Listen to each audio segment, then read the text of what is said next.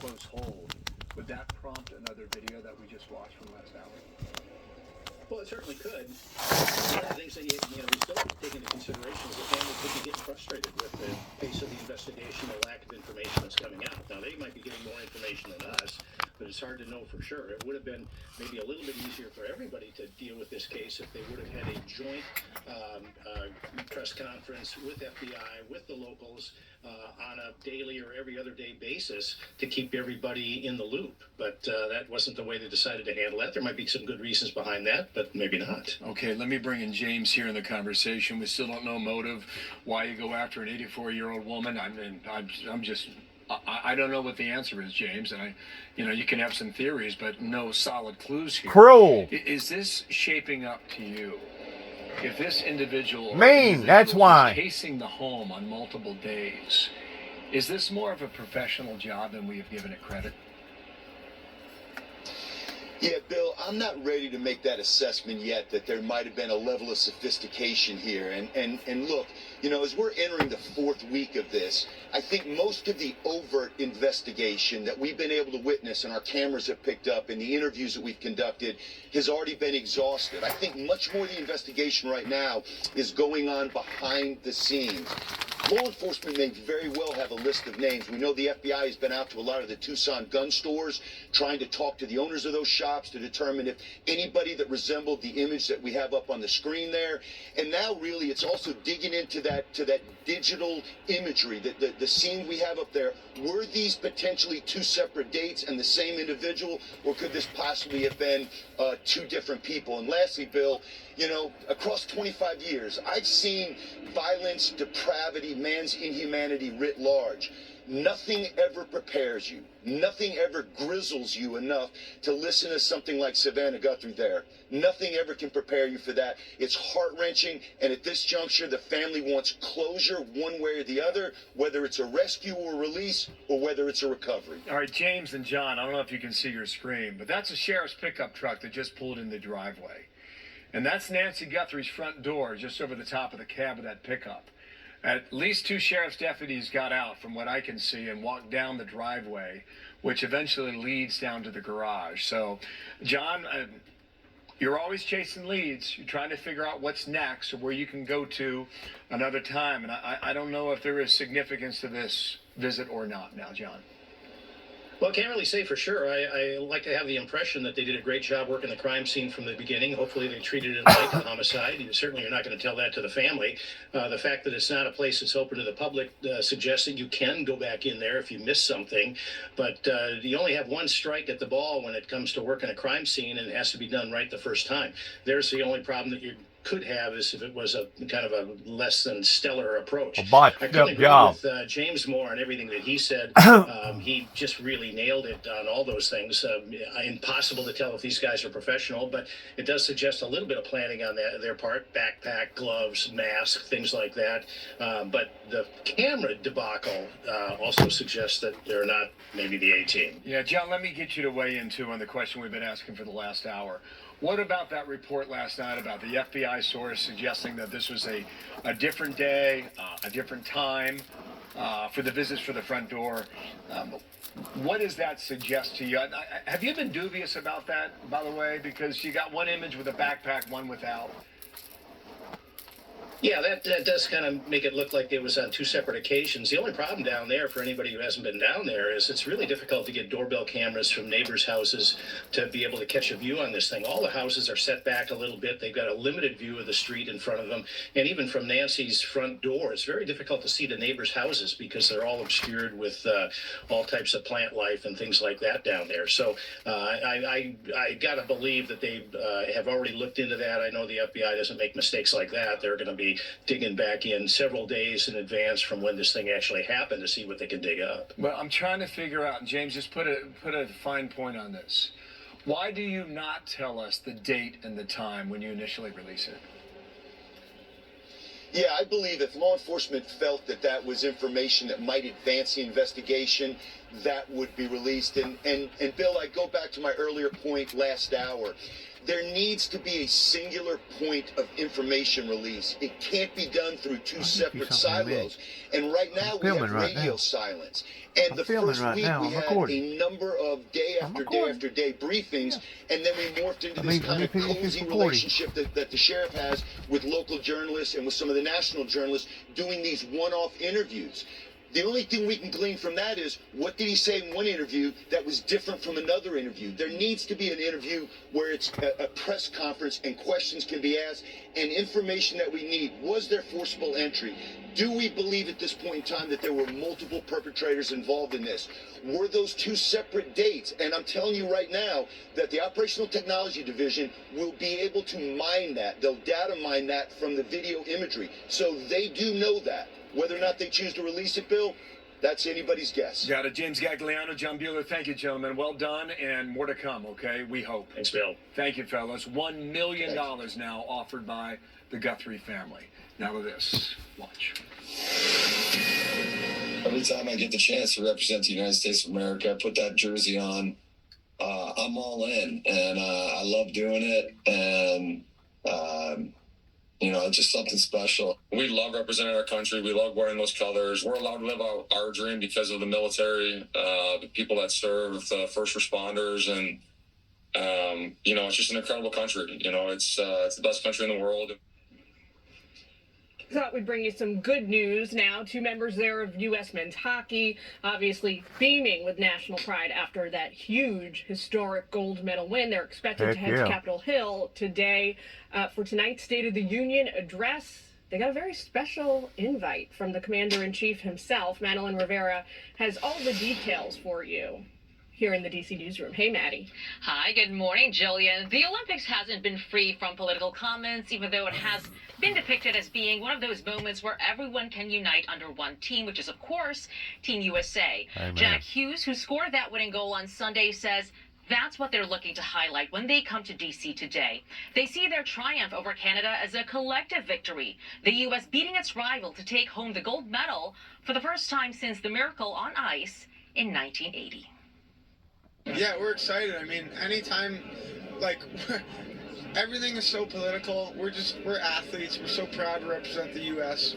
And when you get the chance to go to the White House, meet the president, you know, we're proud to be Americans, and, you know, that's so patriotic. So no matter what your views are, we're super excited to go to the White House tomorrow and just be a part of that. Their pride in full display as the USA men's hockey team celebrated their victory at a Miami nightclub last night. Here's a snippet of them singing the national anthem.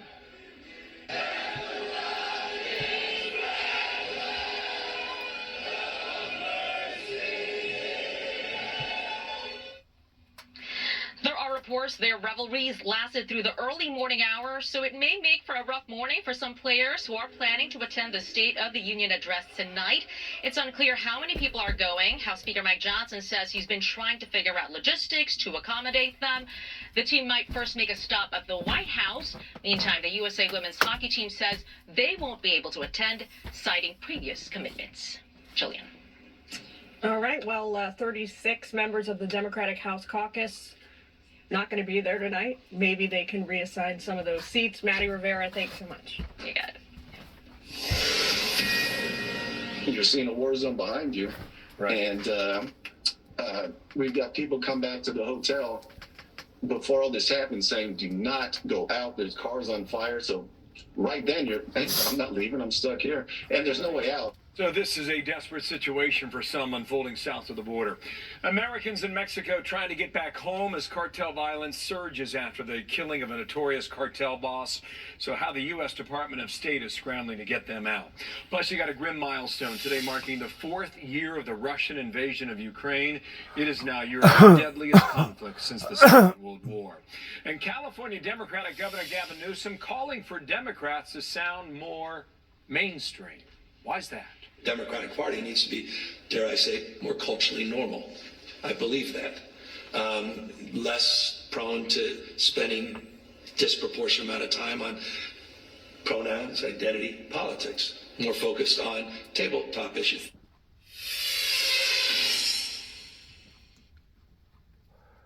Let's go over here real quick and see See if there's anything here. Probably not.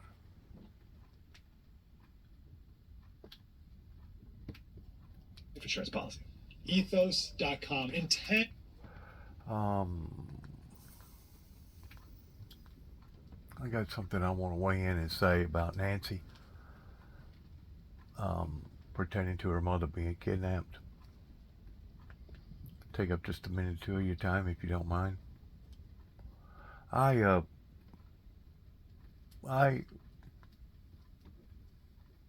felt victimized as a teenager growing up to the degree of having to make a family decision of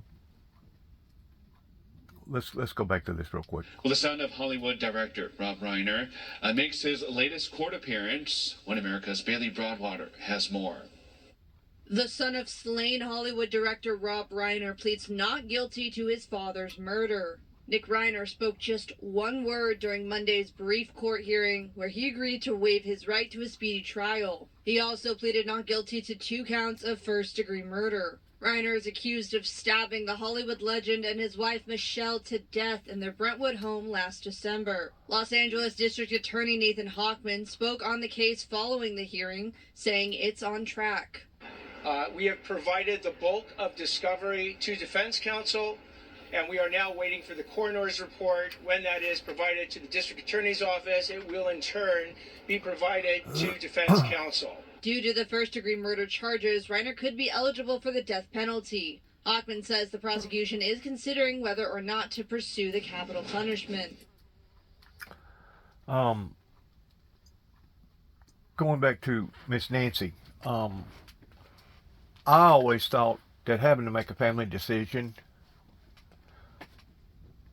and being victimized pertaining to a loved one that you truly care about, and rather than not, you're going to leave that person on a machine or you're going to let them die, was one of the hardest decisions. I think what she's going through right now is more grotesque and more harsh.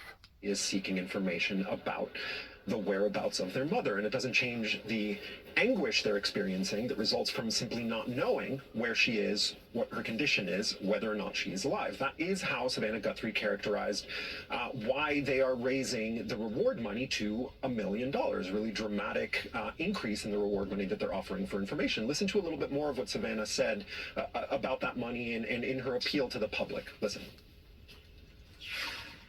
Let this be your sign to please come forward, tell what you know, and help us bring our beloved mom home so that we can either celebrate a glorious, miraculous homecoming or celebrate the beautiful, brave, and courageous and noble life that she has lived. Right. The family, in other words, Anna, is looking for closure, and it's worth reminding our viewers, I think, that this investigation is by no means over. There is still a lot of DNA evidence from the crime scene, the Guthrie home behind me, that is being analyzed. Investigators are still trying to identify articles of clothing that the perpetrator was wearing, visible in footage that has been circulated. So it is entirely possible that there will be a case. It's just a question of when that might happen, Anna. Okay, David, thank you very much for that reporting. Still ahead, risks and reward. Warnings for President Trump as he reportedly weighs action on Iran.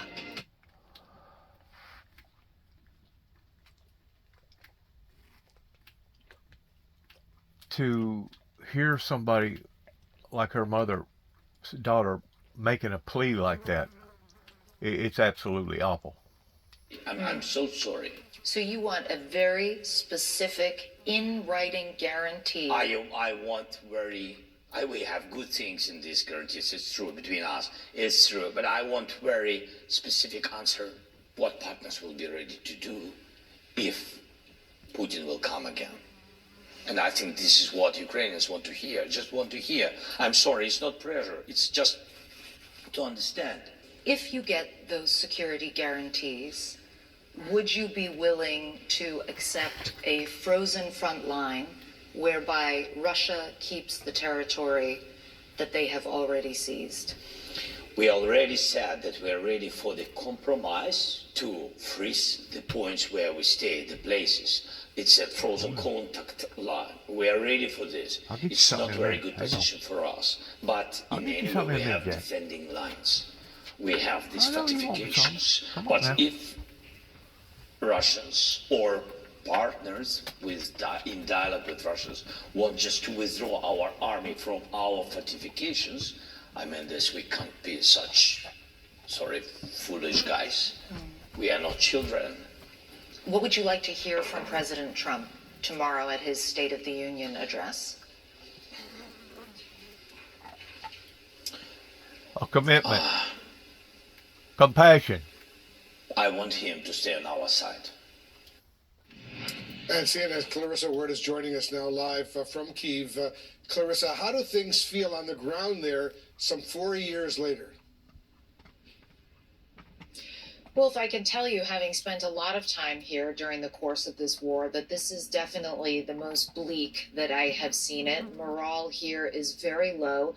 It has been a bitter and brutal winter, the coldest in recent memory. And on top of that, you have had this constant bombardment by Russia of the energy infrastructure, which has led to relentless power outages, heating outages. We spent an afternoon with a young single mother with a 3-year-old who was going up 10 flights of stairs just to get in and out of her apartment almost every single day.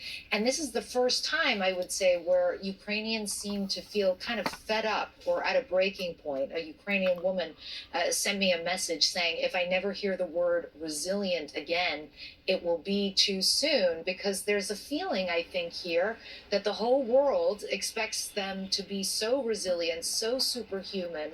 And in reality, they are exhausted, and many of them are broken and desperate for this war to come to an end, although, of course, they want to see it end on terms that are fair to Ukraine, Wolf. Clarissa Ward on the scene for us, as she always is. Thank you very, very much. Pamela. Well, Wolf, coming up, Americans stuck in Mexico after weekend violence. CNN's David Colbert is live in Guadalajara for us. David, what is it like there on the ground? Well, still very much a backlog of folks who are trying to get out of this region, out of this country, and return to their home countries.